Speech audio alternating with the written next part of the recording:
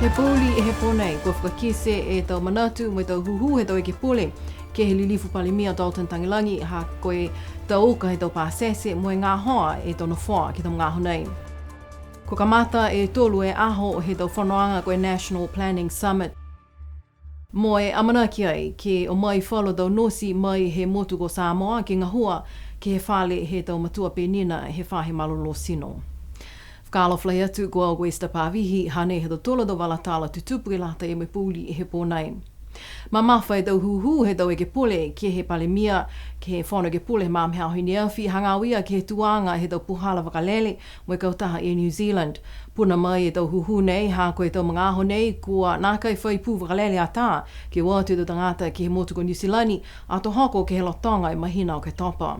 Kua tau ka lahi whoki e tau tongi ke he tau pāsese mo e kua manako e tau eke pule ke iloa. Ko hei ngoa e tau seanga he palemia mo e whakatu whono ke lango matai e tau tangata he motu ke he tau puhala o whenonga. Hanei tau walatala iau. Kua huhua tuai e eke pule he maanga ko haa kupu lilifu ko Richie Mautama sipihia mo e tau eke pule motu lilifu Billy Tālangi mo lilifu ko Olaf Jacobson. Ha kua lahi e tau uka ke he tau tutungi he tau pāsesi whakalele mga honei.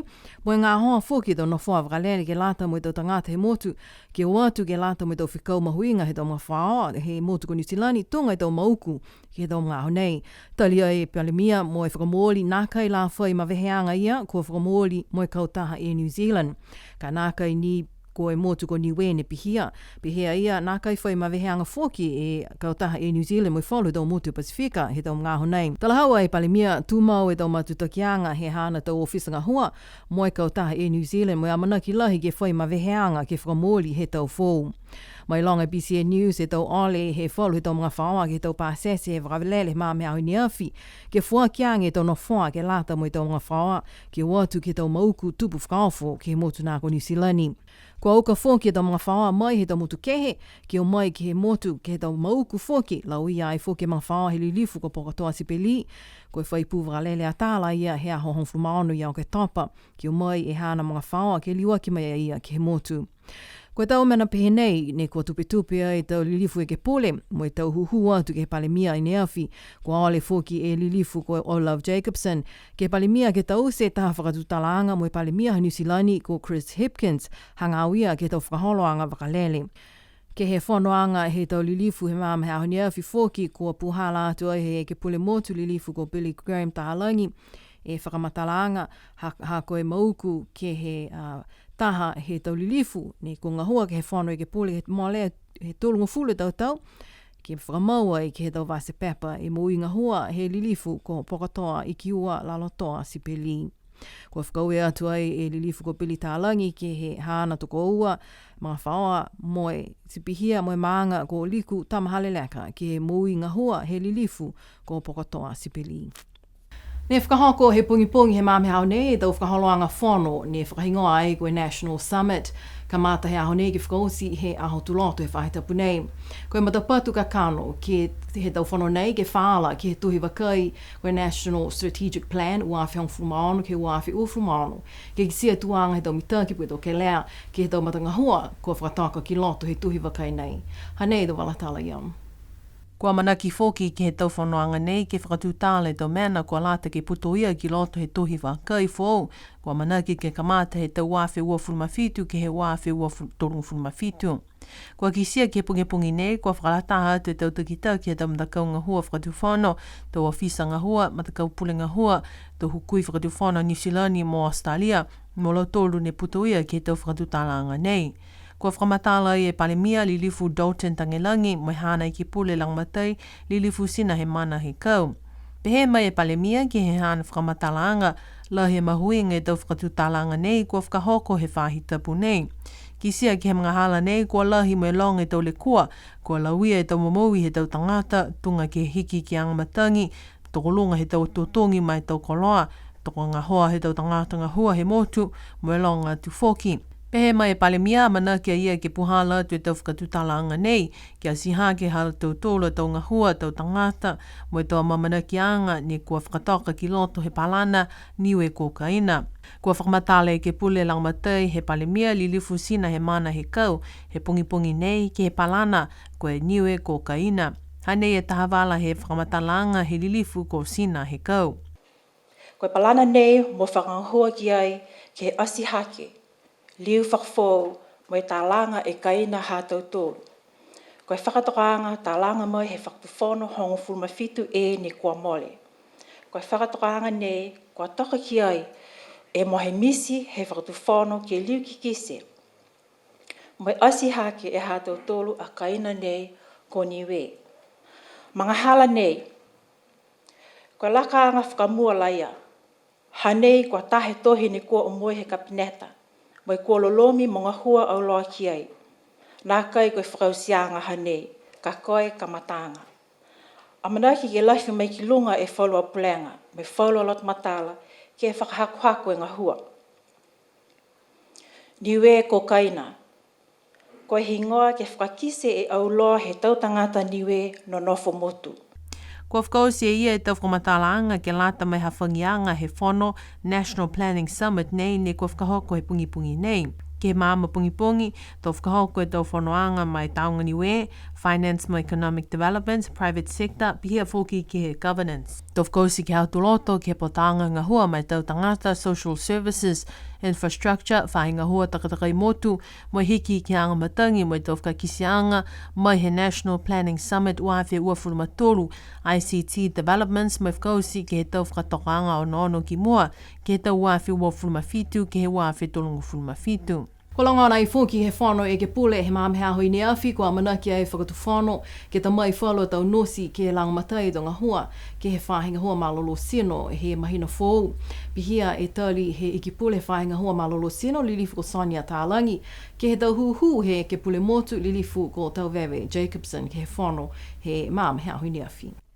Koe huhu he lilifu ko Olav Tavewe Jacobson, kua whaile kua kā ke he tau tangata ngā hua ke he whale nonofo he tau penina Niue ke whale ngā ngāo. Kua whakamōli he iki pule ko Sonia Tālangi e toko ngā hoa he tau tangata ngā hua ke he longa he tau whahinga hua e whakatu whānau i mga hau nei. Sila uia whoki e whahinga hua malolo sino. Kua mena ia kua kumia tua e whakatu whānau ke whalu motu tunga e motu ko Samoa. Kai pehe e ke pule ko Jacobson, mitaki ke ta mai e tau tangata mai he tau motu kehe, kai ke no nofo he tau kaina whi. Si ka eke mo nei ke ta mai e tau tōru e tau tangata nei, lafi ki runga, mo e whaura tau mana whoki ka hako whi tāni he maupo op, he maupo iai. Le kua lahi whoki te ka hae whekau ha tau tōru. Kai tali mai laka hae huhuia, no no whiwhi e tau tangata e ka eke ko ta mai, he mahina ka hau. Ko tali atua e iki pule ko Sonia Tālangi, ko whitāni he whaitau seanga ke lata ia mai tau nosi nei ka o mai ke ngā hua whakakū ke he motu ke na nofo ke he whalo to ka ina tali whenanga. Kai kua ole whokia ia ke liu e tau tangata he motu ke manamanatu ke he tau ka ina toka noa he motu ke tause ke lata mo i tau tangata ngā hua mai he tau motu kehe. Ha koe laulahi he tau ka ina ko tausini ke lata mo i tau tangata whenanga vēwa. Ko lewa whoki e le kua nei e toko ngā hoa e tau ka ina ke lata mo i tau tangata ngā hua whakatu whono mai he tau motu kehe, tali mai he tau uawhi mai whā, ne malona e tau ka ina he whakatu whono ne toka atua i ki aliluki. Mai longa BCN News, whaikaina ke lisi po ke rent ke he tau tangata i alofi kai whāta uka mo e nā kai whāhia e tau tangata ngahua ke tutungi. Kua manaki ai e tau nosi nei ke honhoko mai he motu ko Samoa ke he mahina o ke topa. Ko iki pule mai tau patanga whahinga hua he toko lotu fungasia o lilifu ko Mona Ainu ne whanonga atua ia ke motu ko Fisi do whahitau pia kua mole. Ke lata ia mo e whono ke uaki he tau takitaki whiwhine he tau motu e Matakau Pacific Islands Forum. Ko lilifu ko Ainu whoki e taha ne tausia e talahawanga po e whakamatalanga whakamua ke he whonoanga nei. Ko iki pule mo e ke lata ima tau iki pule mo tau iki pule mai he tau motu e Pasifika. Whinatua e whoki ke he whonoanga nei e ke pule he maanga ko La Kapa. Ko lilifu ko Rhonda Siakia tō mai lunga. Koe whakamatalaanga he lilifu ko Mona Ainu ne whakakise hana tau manatu hangau ia ke he tuanga he tau whiwhine he Pasifika mo e paleko atua ia ke he tau whakatuwhono he tau motu e Pasifika. Ke wina tumau e tau takitaki whiwhine ke he tau whanoanga lalahi ne nākai whamahani ke kisia po ke longona e tau whiwhine ki ai. Koe lilifu ko Ainu whoki koe ngutu wangahau he tau e ke pole Pasifika ke lata ia mo e tau whiwhine mo e tuanga tatai he tau tangata osi koe Political Champion for Gender and Social Inclusion. Koe whanoanga nei, kua whakamatapatu aki koe tau anga whakapasifika ke whakawea ki ai e tau anga koe tuanga tatai he tau tangata tāne, moe tau whiwhine, moe tuanga tatai he tau tangata osi. Kua wangahau fōki e lilifu i ki pole ke lata ia moe tau tangata osi he tau motu e Pasifika ke pui mai ha koe tau le kua tutupu ai ha koe hiki anga he matangi moe waha kua hohoko tau tūlu ki ai. Koe whanoanga lilifu nei, kua takitaki ai he i ki pole lilifu Rose Brown mai he atukuki ai lani, moe whakahoko ai ke maanga nā ko suva e motuku fisi. Nā whamahani ke whakahoko e whano nei langataha he ua e tau, kai kua whiwhili ai ke whakahoko he tau osi he tau mga hui mua. Wha e punga hua ko e tau takitaki mo e ulu whakatonu ki he whalo e tau whahinga hua whakatuwhano, kua kumi atu ai e matakau pulinga hua he mga aho nei. Koe tau punga hua nei, koe ulu whakatonu he whakaako, koe ulu whakatonu he whahinga hua transport, koe ulu whakatonu he whahinga hua malolo sino, sipihia mo i takitaki he tau eke kafu ke whahinga hua malolo sino. Koe punga hua ulu whakatonu he whakaako, kua whai mga aho he tūkatofa ki ai, a bertha tonga hai ki he hongfulu tau. Koe punga hua ulu whakatonu he whahinga hua transport, koe punga hua ata he mahina me he tau nei, he mga aho ne kautua i a Sonia Tālangi ki he tau wili e ke pule. Koe punga hua ulu whakatonu he whahinga hua malolo sino, kua whai mga aho he tūkatofa ki ai e ke kafo ko Edgar Akawala, sipihia whoki ke he katofaanga koe takitaki he tau e ke kafo. Ko lau tōru kua manako ki he tau punga hua nei, kua lata ke tuku atu ai tau tuhi ole, mo e whakapiki ki ai e taha tuhi business plan, ke lata mo e tōru po ke 5 tau ki mua. Nā kai mahino mai e whakailoanga he matakau pulinga hua, koe kumi tohi ole whoki na kai lau tōru mai he tau mutukehe, ke lata ia mo e tau punga hua nei. Tō pā mo e whakaosi e tau tohi ole, ke lata mo e tau punga hua nei, he aho ngofua aho ngfulumawalu, he mahina nei hasepetema. Ne whananga mai e taha tangata pulotu, ne koe loa lahi to tangata he motu, koe ia ko Dr. Jessica Pasisi, ke tau whahita pui ka male, toko wha a lau tōlu ne whananga mai mo ia, ke lata mo e hana tau kumikumi anga fōu, ne whakamata pātu koe Niue ha Niue. Ko whakatutala e BCN News mo ia, he whahita pui ka male, mo e whakamama mai e ia e mahuinga ke he kumikumi anga nei, ke mai longa e tau whakawhitu ianga he tau tangata Niue, ne whanau mo na nofu ki Nusilani, mo ki sia e tau ono-onoanga ka liliu mai po ke whenonga mai e ki he motu. Hanai a Soraya Mangawa, mo tau walatala ia. Ke mahina hi uni he tau nei ne whenonga mai e tāmda kau me tā he tau tangata pulotu ko ia koe whaiaonga ki he tau whakakoanga Pasifika he ang pulotu ko University of Otago i Dunedin ko Dr. Jessica Pasisi. Ne whenonga mai a ia ke whakakise hana ki tau kumikumianga, hanga au ia ke tau momoui he tau whiwhine Niue ke hiki ki anga matangi. Si kua kisia ke whahi tapko mole, kua liu whenonga mai a ia ke he motu, mai tāmda kau tōse koe toko whālo tolu nei. Koe ka kano he whenonga nei hana, ke lata ia me taha kumikumianga fōu ha Dr. Jess, kua tause ke he mga ho nei, hanga au ia ke whiawhia ha Niue, kua whakamata patu ke tau malolo sino he manamanatuanga he tangata. Kua whakatutala BCN News mo Dr. Jess he whahi tapko mole, me whakamama mai e ia mahuinga he tau kumikumianga nei, ke mama mai longa e matapatu manatu koe whiawhia ke tau tangata Niue, mua atu ke tau tangata Niue ne nonofu ki New Zealand. Ke he hana matakau kua mai ke matua tāne e Salemona Patumaka, mai hana tamwhiwhine ko Zoe Henry mai he maanga ko Makefu, ke whakalataha mo Dr. Jess ke he hana tau kumikumianga mai ki Niue. Ne whanau mai tupuhake a Salemona i Niue, a to whano ke he mai a ia he motu mai nofu atu ki New Zealand, koe whenonga whakamua he tamwhiwhine hana ko Zoe mai ki Niue. Kua whakatutala fōki a BCN News mo Salemona. Kamatura whenonga tungu ni e ko whitai ringa i loa e whoro ia i Niue he mga nei. Hau o ke whakatau mai me whanau ne o mai ke late i me halatura tau whakakwanga. Whakalaurohi halatura tau whakakwanga ne ko whitai e whita halatura he ngahua ki ai. Su koe tau amanuki he maturu. Longa e porkarame whanau. Hau o ke mai tunga koe matua o haha matu. Kai mui o he porkarame halatura. Tonga ia ni o te maturu ke mākes, ke kiskis, ke tātara kiskis ke mākes. Si whai porkarame whuki runga, kai tunga ia e sute hatu apa ke hawhaiu, ka manak moto ke o tigei. Niafi, o haka maturu ke taha ke tamani e whanonga mo tū ko hoko mai rea ki Niue tari mai whanau ia. Ta hake oa ia ki kisia e kaina me whanau ia. Pehe mai Dr. Jess lahi mahuinga e whenonga nei kua whakalata mai a Salem o Zoe ke mai longa e tau whakawhetuianga halaua koe tau tangata Niue ne nonofo ki New Zealandi mai ke he motu ke kisia e whakawhetuianga koe whiawhia he tangata Niue New Zealandi mo Niue.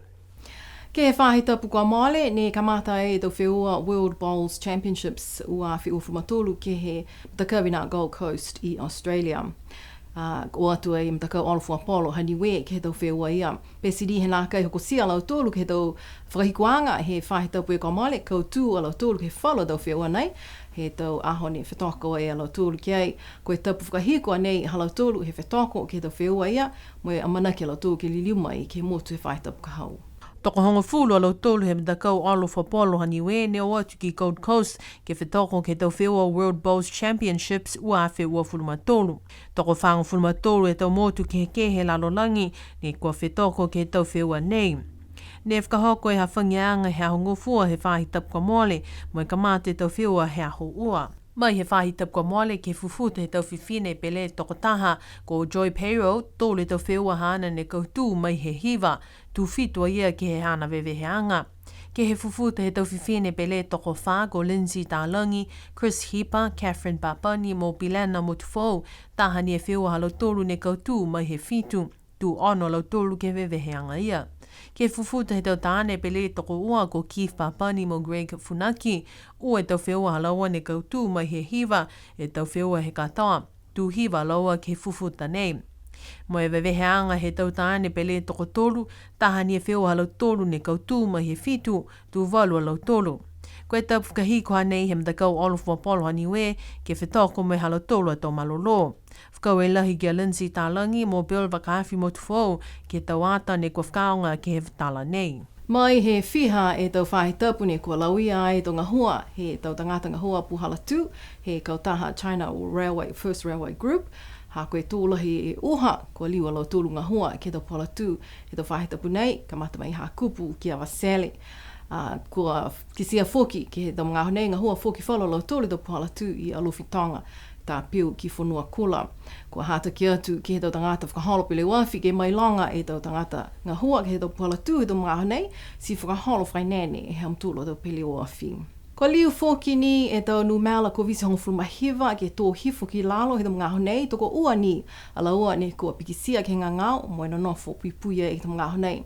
Tō hongo fulmataha lau tōlu ne pikisia he tau mga hoi kua mali ko malolo mai.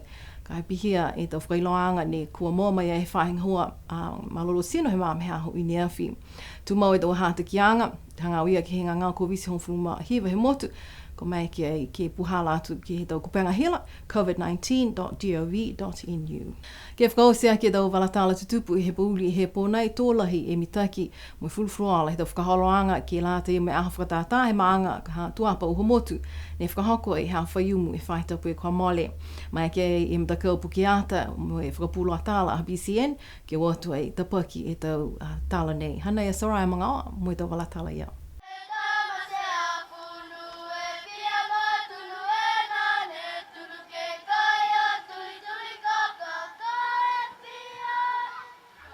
Nā kai whai ahu whakatātā e maanga he tuapa uho motu he tau kua mole, ha koe tau hakta ki anga launu kula he ngā ngāo ko visi hong flumahiva ne kua lauia e motu he tau mga huia. Kai kua liu tua e maanga ke whakahoko halau tolu a ahu whakatātā he tau nei, kua kisia ki ai he ahu whaiumu he whahita kua mole. Tōla he vela a fua mo i fulfuloale a aho kua whakahoko e aho whatātā he maanga ha tuapa uho motu, toko longa e tau tangata kua tolo atu ke maanga he pongipongi, ke whakatau e tau kai longa mai lolo kua whakafua mai aho, tau kai moho, tau kai mata mai tau kai humelie. Ne ka mate whakaloanga he mole matahola walu he pongipongi, kua whakamatala i e tau hukui takitaki he maanga mai lilifu he whakatu whono. Hane e hukui mai tu whono he maanga ko Salamalina i ki tūle ki he hana tau kupu whakawhileweia mai aho whakatātā hatuapa. Ko he tau tola tau mamui, kua toa me whakawea i ke he kupu he tohi tapu. Ne ko puhala mai he hata tolu a matua whakawhekau. Ne whakawea tu mau hata tola tau mamui ki ai. Haka toko puia Ke asi haki hata tola tamo mui. Me hata tola tua ke he taunga hua me tau whewhekauanga oka me mamafa he maanga. Sina kai whai mena ke whakalawelawe hata tolu po ke whakalore hata tolu a taunga hua. Pese oka me mamafa ka haia ke hata tolu e anganga tua ka whalataha me ngā hua o loa. Whauelahi mamanga. Kua whakakise fuke tau manatu whakaue he tau lirifu, me tau matua he maanga ko Esa Faitala, Fisa Pingia, me hukui he tau whaata ko Liliane Mokalei. Kua whamatala fuke e komisina ha New Zealand Helen Tana, me hukui he komisina ha Australia ko William Powell. Mai he tau whamatalanga kua tau se he tau koli fia he tau whaata he maanga. Si kua whakausia ke tau whio sipote whakamotu koe tāsika, olofua niu me tolo awhi e whakaholoholoanga mai aho. La he fluala fōke tau whakaholoanga he maanga kua whahoko hala tolo a sivi ka tene he aholotu he whahi tapu ka mole la he fluale tau fisi kua kisia ki ai. Tau mea ki a TV Niue ke whakapuloa e aho whakatata he maanga hatuapa he awhiawhi whaiumu he whahi tapu nei he matahola wha he awhiawhi ki he channel taha.